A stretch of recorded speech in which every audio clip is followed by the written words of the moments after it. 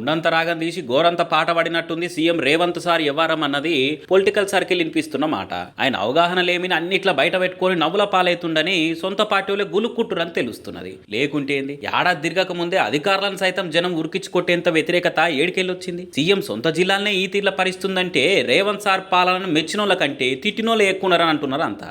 కాంగ్రెస్ పాలన వచ్చిన కాడికెళ్ళి నిత్య నిరసనలతో జనమంతా రోడ్ల మీదనే ఉంటున్నారు. కోచింగ్ సెంటర్లలో ఉండవలసిన నిరుద్యోగులు రోడ్ల బాటనే పడుతున్నారు. రైతన్నలు రాస్తారోకోలు చేస్తున్నారు. ఉద్యోగులు ఉక్కు పిడికిలు బిగించి సర్కార్ మీద ఉద్యమంతో బొదొక్కుతున్నారు. ఇట్లా సబ్బండ వర్గాలు సర్కార్ మీద కత్తులు నూరుతున్నారు. ఇక హైడ్రా పేరుతోటి బతుకులు బాజాట్ల పాలు చేసిన వ్యతిరేకత వీటన్నిటికీ బోనస్ లెక్క మారింది. ఇవన్నీ చూస్తుంటే రేవంత్ సార్ సర్కార్ పాలన హైవే ఎక్కకుండా అడ్డదారులో పోయి ఆగమైతుంది అన్నది మేధావి వర్గాల మాట. చాలా నిరసనల లా అండ్ ఆర్డర్ కంట్రోల్ తప్పుతుంది. బీహార్ జార్ఖండ్ దిక్కైనట్టే అవుతుందని బాగా మంది మాట్లాడుకుంటున్నారు. మరి ప్రజలకు ప్రభుత్వం మీద భయం లేదా? సీఎం అంటే లెక్క లేదా? కాంగ్రెస్ పాలన మీద నమ్మకం లేదా? ప్రభుత్వ విధానాలు నచ్చులు లేదా? ప్రజల సంగతి పక్కకు పెడితే సొంత పార్టీలో కూడా రేవంత్ రెడ్డి మీద ఇంతకాలం వ్యతిరేకతల కారణం ఏంది? రాహుల్ గాంధీ సైతం రేవంత్ రెడ్డిని ఎందుకు పట్టించుకుంటలేడని ప్రశ్నలు పొడుచుకొస్తున్నాయి. ఇట్లా మొన్న హైడ్రా, నిన్న నిరుద్యోగుల మీద లాఠీ చార్జీ, ఇలా భూ బాధితుల మీద కేసులు, ఇవన్నీ చూస్తుంటే రేవంత్ సార్ ఎక్కువ రోజులు సీఎం కుర్చీలో కూర్చునేటట్టు లేడన్నది కాంగ్రెస్ వాళ్ళే గుసగుసలు పెట్టుకుంటున్నాం ముచ్చట. ఈయన సీఎం అయినాక పార్టీకి మంచి పేరు కంటే బదనామే ఎక్కువ వస్తున్నది. ప్రజల మీద గొడ్డలు పెట్టాల్సింటే నిర్ణయాలతోటి ఒంటెద్దు పోకడ పోయి పార్టీ పుట్టి ముంచుతుందని ఇప్పటికే ఢిల్లీకి ఉప్పందిస్తున్నట సీనియర్లు. మరి చూడాలి ఏమవుతుందో.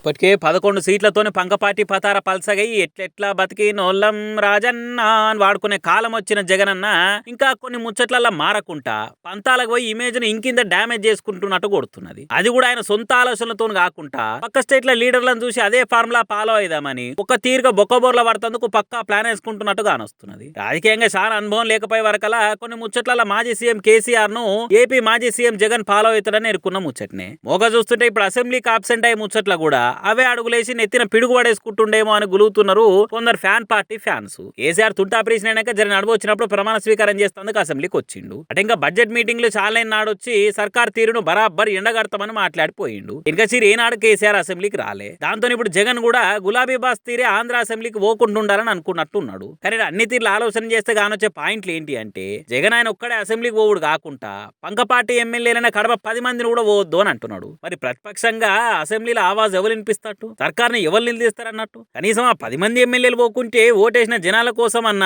నియోజకవర్గాల తిప్పలో, అవసరాలు, సౌలతులు, వాటి గురించి నిధుల్లో ఎవరు అడుగుతారన్నట్టు అది కూడా ఆలోచన చేయాలి కదా. ఇక్కడ తెలంగాణ అసెంబ్లీలో కేసీఆర్ రాకున్నా గానీ సర్కార్ను అన్ని తీర్లు అరుచుకునేందుకు మాజీ మంత్రులుగా ఎంత పనితనం చూపించినాము, ఎంత ఖర్చు పెట్టినాము అని లెక్క పత్రాలు చూపించేందుకు హరీష్ రావు, కేటీఆర్ అసెంబ్లీ లీడర్ పోతురు కదా. పాయింట్ టు పాయింట్ మాట్లాడి పక్కాగా చర్చలు ఉంటురు కదా. మరి పార్టీలో గెలిచిన 11 మంది పోకుంటే ఎట్లనే జగనన్న అని అనుకుంటే లాజిక్లు తీసి లాసిగానే అడుగుతురు కొందరు. అయినా కేసీఆర్ ను చూసి వాత పెట్టుకోవాలనుకుంటే పార్టీకున్న ఇజ్జత్ ఇంకుడు గుంతల పాలవుడే కాకుండా పబ్లిక్ ల పల్సగే ప్రమాదం కూడా ఉంది జగన్ కు. కేసీఆర్ ఎక్కడ, పబ్లిక్ లో ఆయనకున్న పతారు ఎక్కడ? ఒక్క ప్రెస్ మీట్ పెట్టి కూడా 2 తెలుగు రాష్ట్రాలను కింద మీద చేసేటంత కేసీఆర్ ను చూసి ఒకవేళ ఫర్ సపోజ్ జగన్ ఇసొంటి ఫాలో అయితే మాత్రము కష్టమే అని అనుకుంటే కామెంట్ చేయబట్టిరు. ఏళ్ళ సంది పాలిటిక్స్ చూస్తున్న పబ్లిక్.